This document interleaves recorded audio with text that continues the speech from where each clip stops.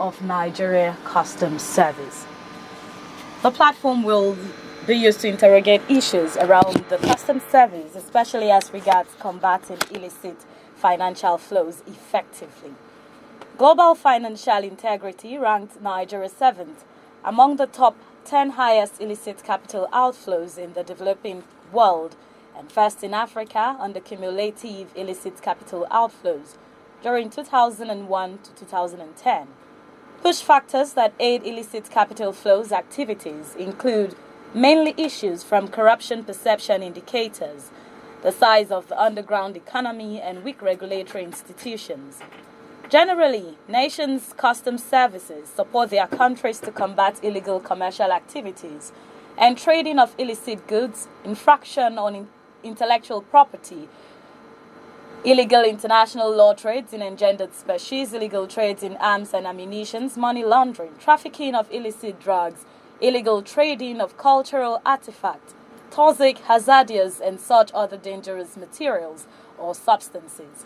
Looking at these roles, it would not be out of place in asserting that the customs, as an institution, is the key to solving global myriads of social crises, turning around the entire global economy, and thus disentangling the country from the shackles of poverty. Looking at the Nigerian Customs Service, that's NCS, which came into being in 1891, it was saddled with the responsibility of revenue collection, accounting for the revenue collected in anti-smuggling activities. Today, the Nigerian Customs Service has such other functions as implementation of government fiscal measures, generation of statistical data for planning purposes, trade facilitation, implementation of bilateral and multilateral agreements entered into by government, collection of levies and charges, and collaborative functions with government agencies such as the Central Bank of Nigeria, Nigeria Police, NDLEA, SON, NAFDAC, FIRS. These are further to the roles of combating illegal commercial activities and trades in illicit goods and financial services and the flow, infraction on intellectual property rights, illegal international trades in endangered species, illegal trades in arms and ammunition, money laundering, trafficking of illicit drugs, illegal trading of cultural artifacts, importation of pornographic, toxic, hazardous, and such other dangerous materials or substances. However, records have shown that Nigeria as a country, to a large extent, experienced cross-border security challenges ranging from terrorism, aided by religious extremists due to the porosity of borderlines and other cross-border illicit activities that still persist and also find its conduit in and out of Nigeria today. Illegal movement of goods and services are common in Nigeria due to porous or illegal operating border system. The country mineral resources such as crude oil, gold, limestone, and a whole lot are being taken out illegally without remitting to the country's cover. And it brings us to our focus for today, illicit financial flows and the role of Nigeria in the customs service. We have as resource person in the studio today, Onweabulekbo Sinuka, Esquire. He's a trade lawyer. He's also the executive director, Nigeria Private Sector Alliance, NIPSA. It's good to have you this morning in the studio. All right, we'll get into the discussion, but that will be just after this break. Stay with us. They say Nigeria is too rich to be poor and too poor to be rich. Why has the country stagnated on the path towards development? Listen to The Conduit on Vision FM 92.1 Abuja every Thursday at 9 a.m. as we explore issues around illicit financial flows in Nigeria, government's regulatory and policy frameworks, and offer practical recommendations to addressing the economic problem. The Conduit is powered by the Center for Democracy and Development, CDD, with support from Trust Africa.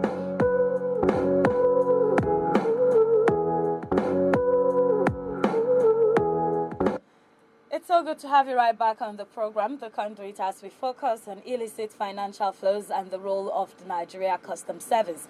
My name is Omleha Ode, and I told you earlier we have Onweabulekbo Sinuka, Esquire, a trade lawyer and the executive director, Nigeria Private Sector Alliance. He's right here in the studio. So we'll just get on with today's discussion. For you, what's the mandate of the Nigeria Custom regarding illicit flows of capital in and out of the country?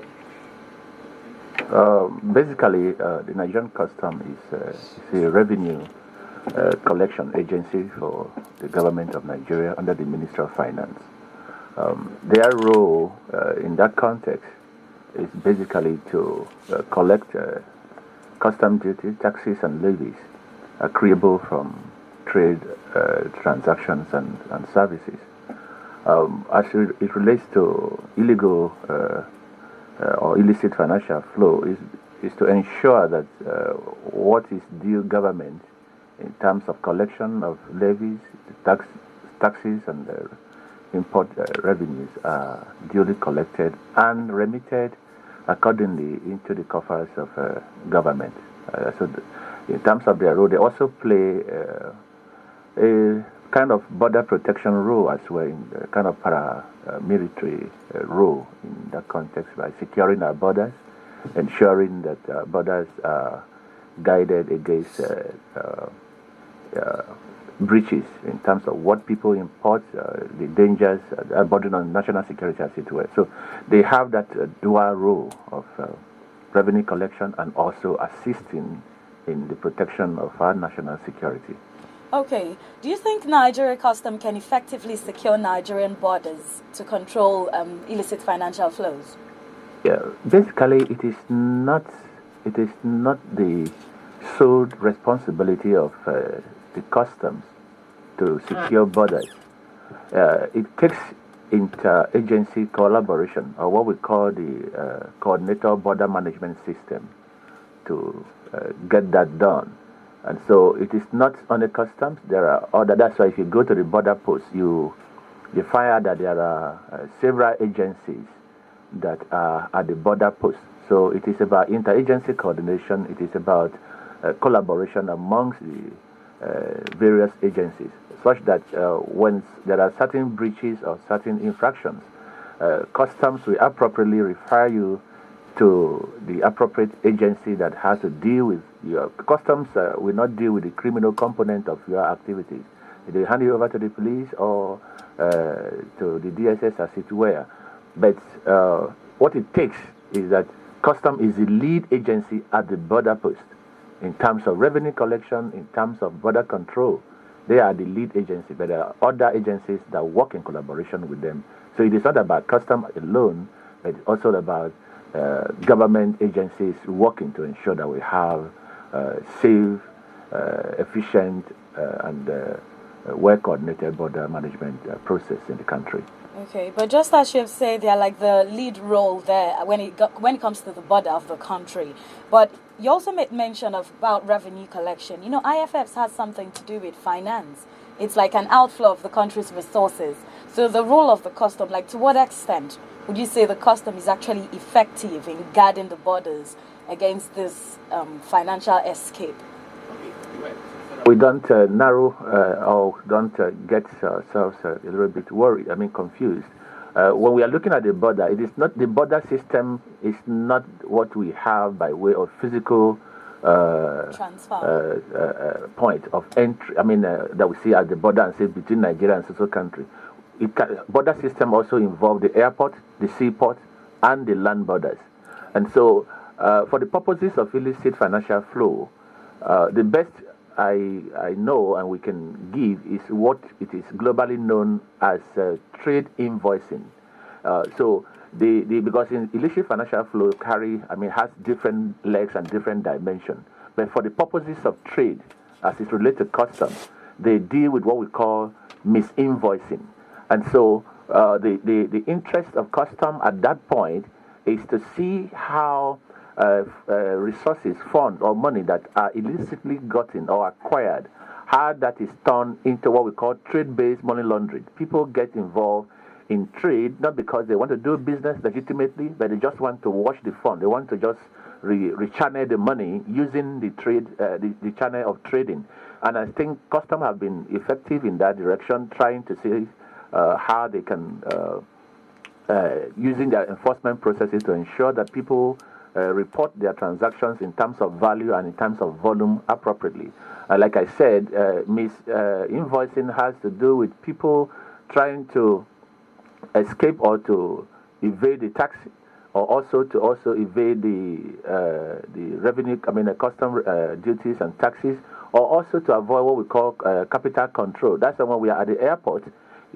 Custom will always ask you to declare your financial content when you are leaving or when you come in. It is to that extent that custom play their role to ensure that what you go out with physically or what you come in with physically at the border posts are also monitored. But as you know, there are several channels of moving money out of the system, either through electronic system or transfer. Yeah, that's true. But is there any correlation between the current operational capacity of Nigerian Customs Service to control negative effect of IFS, considering technology and human resources? I will not answer yes or no, because the technology is evolving, and we know that illicit financial flow or the trade misinvoicing that I'm talking about, they are organized crime. And so you find out that criminals are innovative every day, trying to beat systems in order to make money out of it. So custom will have what they think are their traditional way of monitoring these processes. But the criminals are always evolving. They are always coming up with new tactics. So in terms of technology enhanced detection process or monitoring process or enforcement process, I don't think custom is up to date to that effect, but they are doing what they can do within the traditional framework of what they can see and what they understand. And don't forget, like I said earlier, trade misinvoicing is so complex because it is what you declare or what you report that custom relies on. And so it is a complex syndicate of criminals who it's not the person you see at the airport or the seaport or the land border that is all about it. There is a network of people who are into this system. And so custom at the moment may not have all it takes to oversight or oversee the various modus operandi of the criminal syndicates. Well, would you say to any extent custom has a way they can get to probe further? Maybe if they find some situations, like they might get to probe further. We have a very robust enforcement unit. I think it's one of the best around. They have the best of their people as well. But like we said, in customs deals with basically three things, or as it were. They deal with issues of valuation. They deal with issues of origin, where these things are coming, where your goods or where your product comes from. And they also deal with issues of classification. So that's basically what custom is all about. They value your goods. They place value on it, know how much is it based on how they have classified it, and they also look at where is it coming from. And so within that context, custom will at all time, and they are very strict about it. They are interested in what we call rules of origin. This product you bring in, or this product that is going out, where is the origin? What nativity of this product can you claim? So that we know how to assess you, we know how to classify, or we know how to place value on it. So that's what custom has been doing. So within those three legs of valuation, classification, and rules of origin, custom have been effective in that effort to ensure that goods that come in and goods that go out fall within those custom rules, as it were. It's still the conduit right here on 92.1 Vision FM, and today we are focusing on illicit financial flows and the role of the Nigeria Customs Service. What will be your opinion when it comes to the Nigeria Customs Service as regards illicit financial flows? Do you think there is a way the custom can actually do something to get to combat illicit financial flows in the country? You can be part of the program by calling into the program. The studio lines are 080-911-27-352 or 08025-140627. The lines again are 080-911-27-352 or 08025140627. Those are the numbers for you to call. Or you could drop a message on the WhatsApp portal. The number for WhatsApp is 08085249393. You could also join the conversation online. We're streaming at www.visionfmradio.ng and be part of the conversation as we discuss illicit financial flows and the role of the Nigeria Customs Service. The phone lines are still open, so you can call us and make your contribution or send a message to WhatsApp. Back to the discussion with our resource person. A look at ECOWAS trade liberalization scheme, that's the ETLS. What would you say is its role in controlling IFFs? The ETLS is a regional protocol or regional framework that promotes trade across the border within the region, involving the 15 West African countries. Beyond that, like relating it to illicit financial flows, like I said, it is a little bit complex to determine or to know those who have acquired illicit finance and turn it into what I said, or what we call trade-based money laundering. And so, within the framework of the ETLS, you cannot say that ETLS is a conduit or is a channel for illicit financial flow, because it is a system or it's a regional framework that is put in place in order to encourage trade amongst ourselves within the ECOWAS region. However, like I said again, there are criminal elements who takes advantage of these different frameworks that are in operation, and so we cannot rule out that people who are in the region could also use trade within the region in order to move money. So, as to that extent, we can always say that trade is a means, or trade has become a means by which people uses to launder money or to move money out illegally, as it were. Still a look on this ETLS. How would you get to rate it as regards the ECOWAS bringing it up and all? Will you say it's actually a good form? Will it be a good form for the fight against illicit financial flows?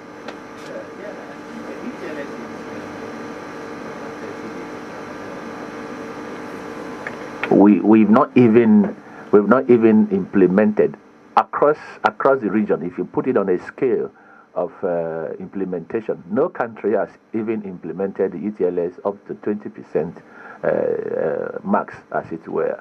And so we cannot at this moment accurately say that, like I said earlier, that ETLS is a challenge in terms of our financial system. But what remains is that ETLS is a good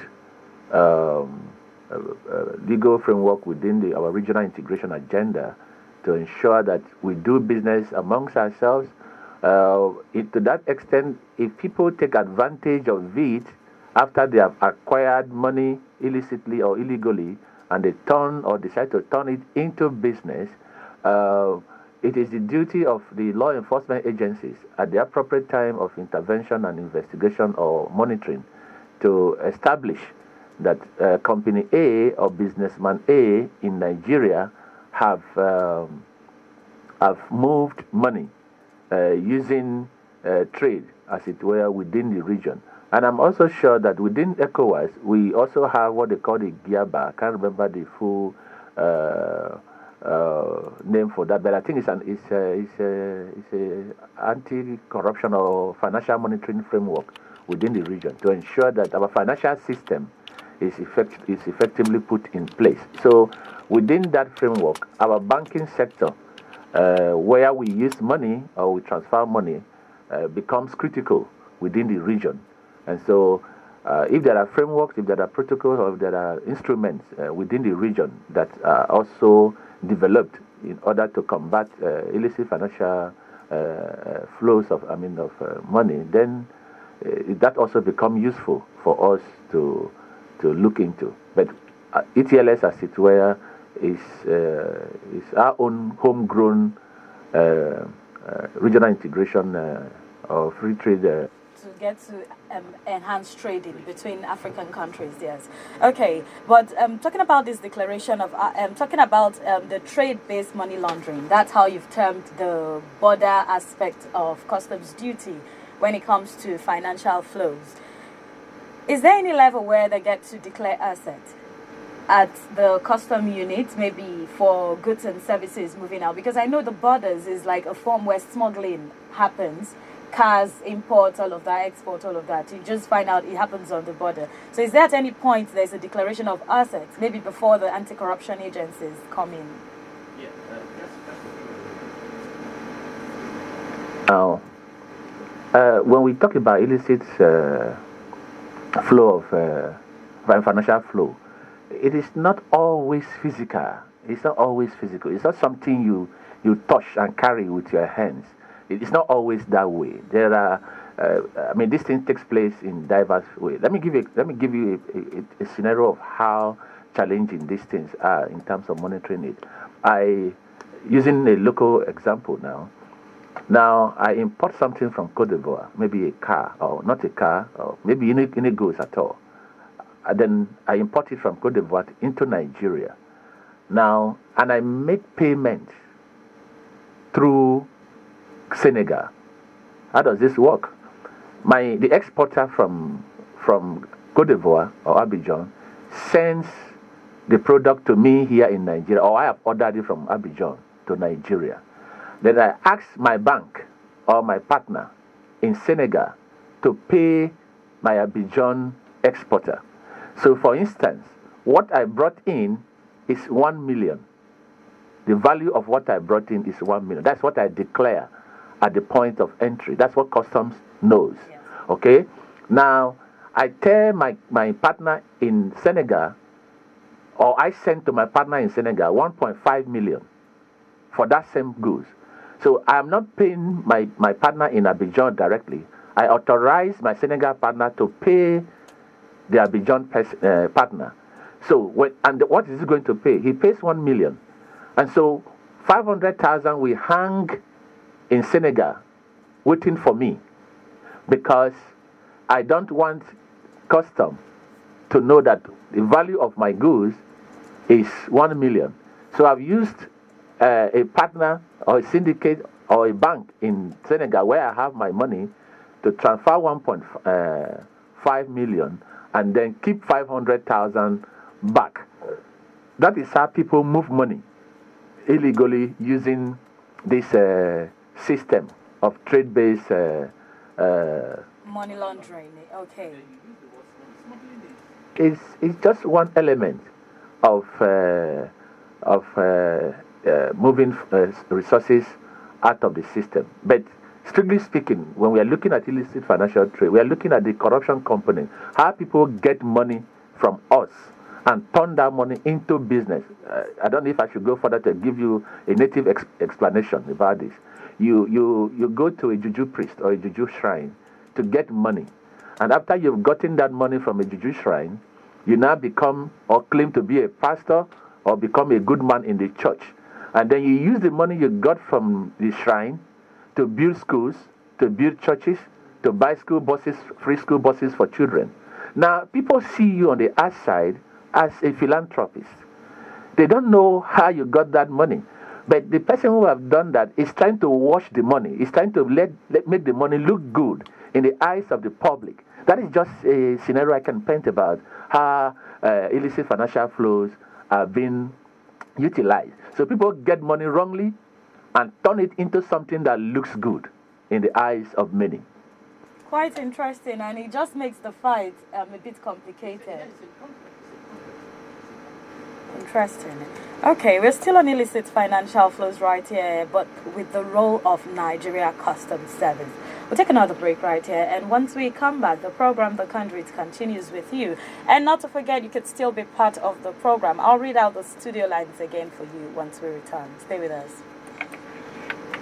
Nigeria is too rich to be poor and too poor to be rich? Why has the country stagnated on the path towards development? Listen to The Conduit on Vision FM 92.1 Abuja every Thursday at 9 a.m. as we explore issues around illicit financial flows in Nigeria, government's regulatory and policy frameworks, and offer practical recommendations to addressing the economic problem. The Conduit is powered by the Center for Democracy and Development, CDD, with support from Trust Africa.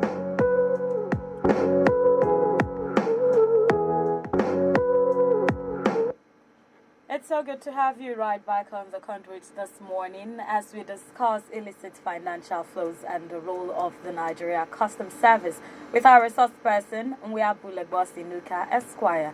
He's a trade lawyer, executive director, Nigeria Private Sector Alliance, NIPSA. And you could be part of the program by calling the line 080-91127-352 or 08025-140627. Or drop a message on WhatsApp 080-8524-9393. Okay, back to our discussion. What do you think there should be new laws regarding the country's tax system? How efficient are they? That's why I'm asking. Like you know,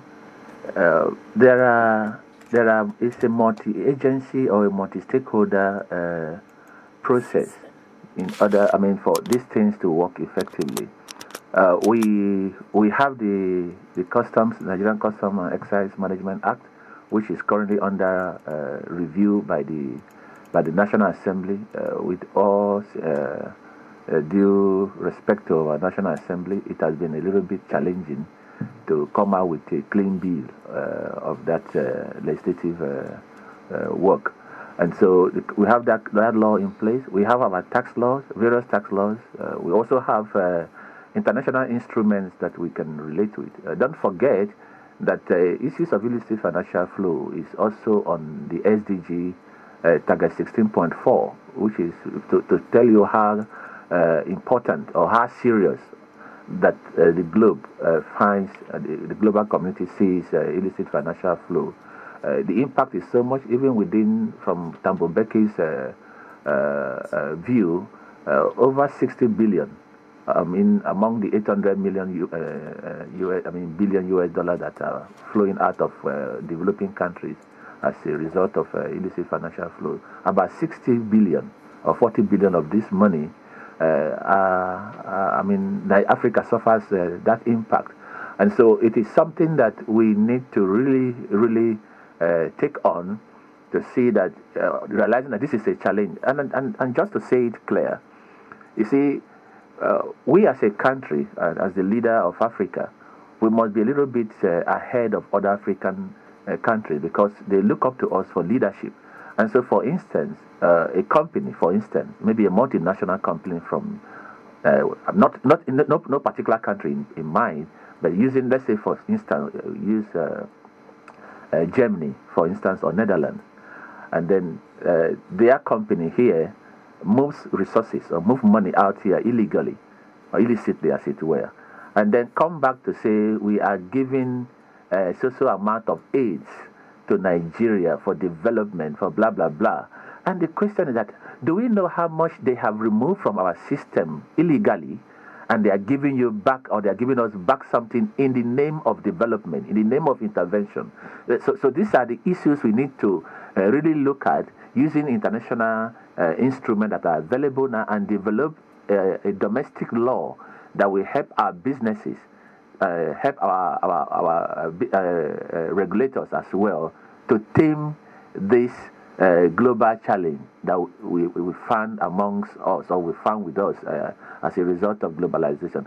Companies are becoming more sophisticated. Criminals are becoming more sophisticated. They are more forward-looking in terms of beating every system that government put in place. So at the moment we have, and let me say it again, this thing takes different dimensions. There is a criminal dimension of it, basically.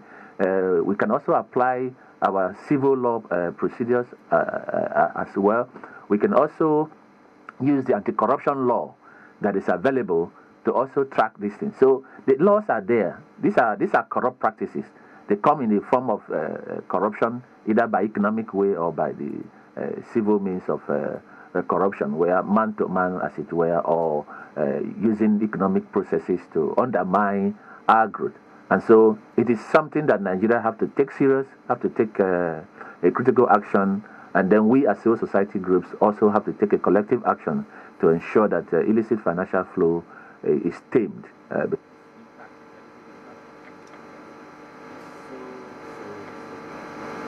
Okay, although you didn't give me a direct answer as to whether we need new laws, permit me to ask if, for security right now at various borders, will you say Nigeria needs more security at the borders to control IFFs? I think, like you asked earlier, in a different way. In terms of national security, as you know, the impact of, or the reason why there is a control, there is a global attention on IFS is because, one, it affects our economy. It damages our economy. It shuts down innovation. It infringes on intellectual property right. It also affects our national security because what comes in, I mean, you are aware, several times, catchment of arms being imported into the country have been intercepted at the border. So beyond national security, illicit financial flow or trade-based money laundering, I mean, has devastating effect even on our health sector, because several things are being brought in. It may not be gone alone. It could be other tertiary product or component. So basically, it is something that Nigerian Custom, it is something that our National Security Advisor, or Office of National Security Advisor, also have to get involved to ensure that illicit financial flow becomes a policy agenda. I mean, becoming an agenda on their policy drive to ensure that we can protect our border system, protect our port using the best of implementation policies to ensure that IFS is controlled at our border post. Then for the border communities, what would you say would be their role in controlling and combating IFFs and financing terrorism?